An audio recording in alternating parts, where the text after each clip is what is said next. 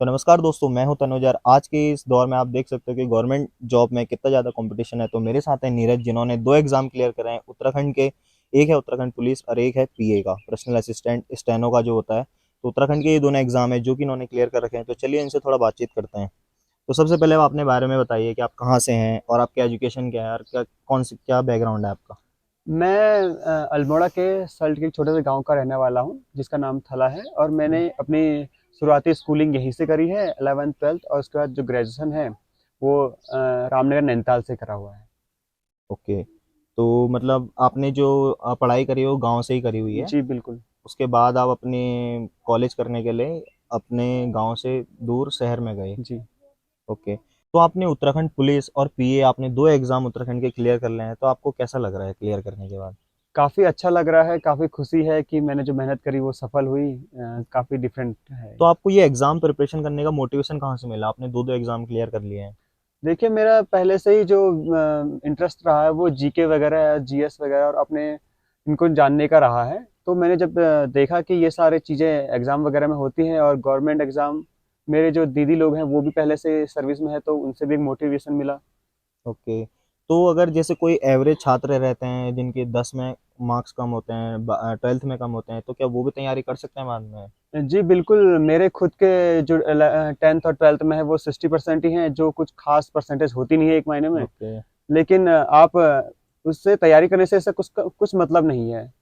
Basically हमारे teacher जो थे, एक वो कहा करते थे कि ये गवर्नमेंट जॉब की जो प्रिपरेशन है वो एक ऐसा क्रिकेट है जिसके पीछे कोई विकेट नहीं लगे हुए हैं। हाँ, बिल्कुल तो सही जब है। तक आप खेलना नहीं छोड़ेंगे तब तक आप आउट नहीं होते हैं। तो वही बिल, है, कंसिस्टेंट रहिए और मेहनत करते रहिए। बिल्कुल सही। तो आप देख सकते हैं। तो आप ये बताइए हमारे दर्शकों को, आपने तैयारी कब से स्टार्ट करी, ये 2026 में आपने ये दोनों एग्जाम, अभी आपका रिसेंट रिजल्ट आ रखा है, तो ये कब से स्टार्ट करी आपने तैयारी। मैंने जो प्रिपरेशन है वो लगातार कंटिन्यू जो रखी वो सितंबर 2023 से शुरू करी। अच्छा। जी। तो आप देख सकते हैं 2023 से इन्होंने स्टार्ट करी प्रिपरेशन और अब जाके इनका एग्जाम क्लियर हुआ है।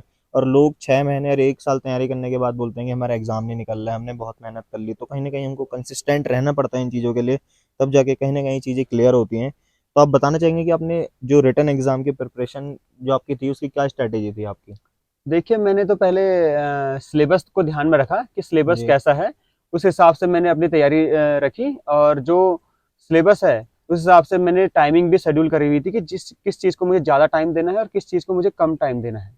ओके। तो आपने जो मतलब आपने कोचिंग वगैरह भी ली थी कि खुद से सेल्फ स्टडी वगैरह करी आपने। जी, मैंने पहले कोचिंग ली थी, उसके बाद सेल्फ स्टडी कंटिन्यू रखी। अच्छा। तो मतलब कोई अगर बच्चा अगर बिना कोचिंग नहीं लगाएगा तो वो क्लियर नहीं कर सकता है मतलब। ऐसा कुछ नहीं है, क्लियर फिर भी कर सकता है, लेकिन थोड़ा जो कोचिंग में ऐसा होता है, आपको कम मेहनत करनी पड़ती है, चीज़ें पहले से आपको सामने सॉर्ट आउट रहती हैं। जो टीचर होते हैं वो आपको छना हुआ प्रोवाइड करते हैं।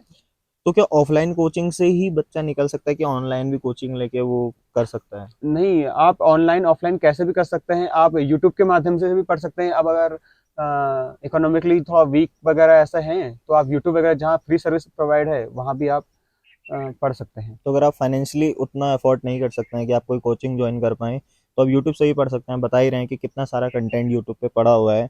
अब आते हैं फिजिकल पे, कि आपने फिजिकल की तैयारी कैसे करी।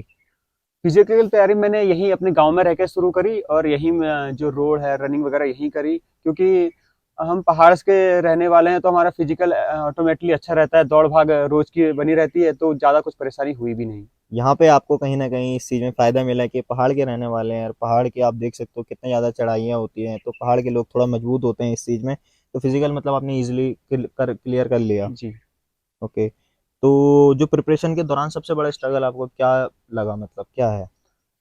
जी, कभी जब पहले एग्ज़ाम नहीं होता है या फिर क्वालिफाई नहीं होता है तो हम्म। उसमें चैलेंज रहता है कि टफ होता है मामला, अपने आप को सँभालना कि नहीं निकलेगा तो कैसे करेंगे, क्या करेंगे? वो थोड़ा एक मेंटल प्रेशर मेंटल रहता प्रेशर है रहता है। लोगों का, सोसाइटी क्या जी, कैसे जज करेगी थोड़ा घर हमें। वालों का ऐसा होता है कि वो कहते तो कुछ नहीं है, लेकिन उनका होता तो है बच्चा क्या कर रहा है, कैसे कर। तो नीरज, आप हमें ये बताइए कि आपके पिताजी क्या करते हैं। मेरे पिताजी किसानी करते हैं, लेकिन हमारे पहाड़ में अब कुछ खेती-बाड़ी रहती नहीं है, तो अच्छा। दिहाड़ी मज़दूरी करके ही हमारा घर वगैरह चलता है। अच्छा, मतलब आपके पिताजी की कोई ऐसी जॉब नहीं है, वो किसान ही है, गांव में ही रहते हैं जी। मतलब।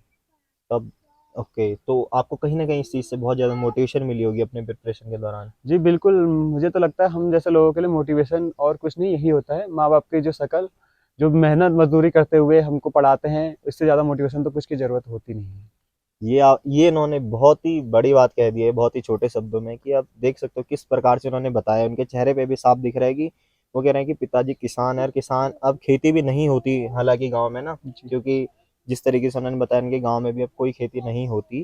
तो पिताजी दिहाड़ी मज़दूरी करके कहीं न कहीं इनको पढ़ा के, तो वो कह रहे हैं कि स मोटिवेशन की कोई ज़रूरत ही नहीं है, उनको देख के इनको मोटिवेशन मिल जाता है। तो आजकल क्योंकि यूथ जो है वो मोटिवेशन ढूँढते हैं, वीडियोज़ देखते हैं कि हम कैसे मोटिवेट हो पढ़ने के लिए कि एग्ज़ाम निकालें। तो आप उनको क्या कहना चाहोगे?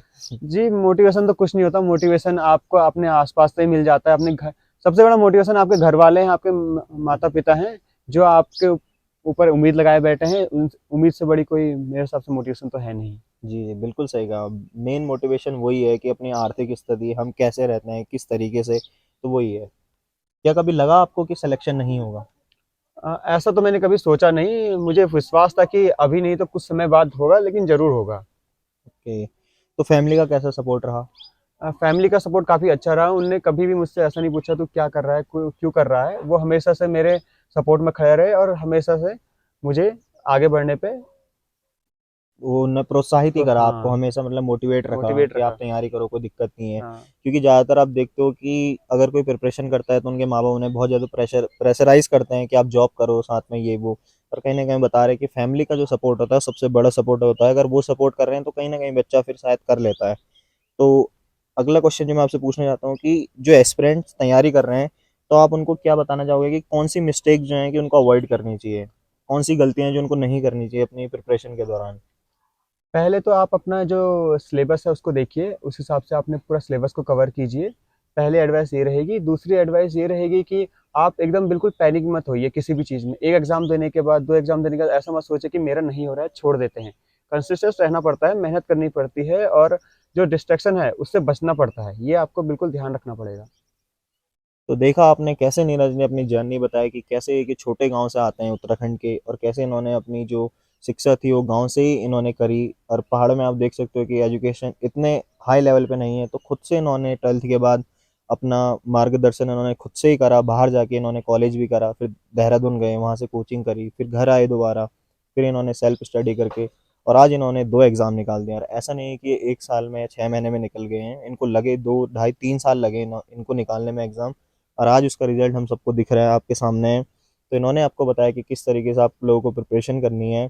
तो कहीं न कहीं ये चीज़ें आजकल के यूथ को देखने की बहुत ज़्यादा ज़रूरत है, कि क्योंकि हर कोई ऐसी कहानियों को देख के रिलेट करता है खुद को, क्योंकि कोई ना कोई आपकी तरह प्रिपरेशन कर रहा है, हर किसी का नहीं होता, है ना?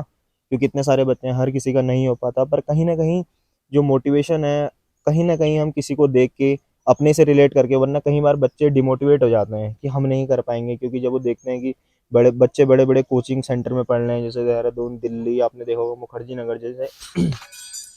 तो ऐसे-ऐसे कोचिंग सेंटर हैं जहाँ बच्चे जाकर दिखाते हैं कि हम वहाँ कोचिंग कर रहे हैं। तो छोटे स्तर के लोग सोचते हैं कि हम तो ये तैयारी कर ही नहीं पाएँगे। तो आप भी इस बात से सहमत होंगे कि तैयारी कोई कहीं से भी कर सकता है मतलब? जी, बिल्कुल, कोई कहीं से भी कर सकता है और बस अपना आपके मन में आपका लक्ष्य होना चाहिए, आप तैयारी कहीं भी से भी कर सकते हैं। जी, जी, बिल्कुल। आपको अपना गोल क्लियर होना चाहिए, बेसिकली ये कहना चाह रहे हैं कि आपको अपना गोल क्लियर होना चाहिए। अगर आपके पास अपना गोल, अपना एम है, तो आप कहीं न कहीं उसको ज़रूर अचीव कर लेंगे। तो बहुत अच्छा लगा आपसे मिलके नीरज, बहुत-बहुत थैंक धन्यवाद आपका। तो मिलते हैं आप लोगों से किसी नेक्स्ट वीडियो में, किसी नेक्स्ट कहानी में, तब तक के लिए जय हिंद।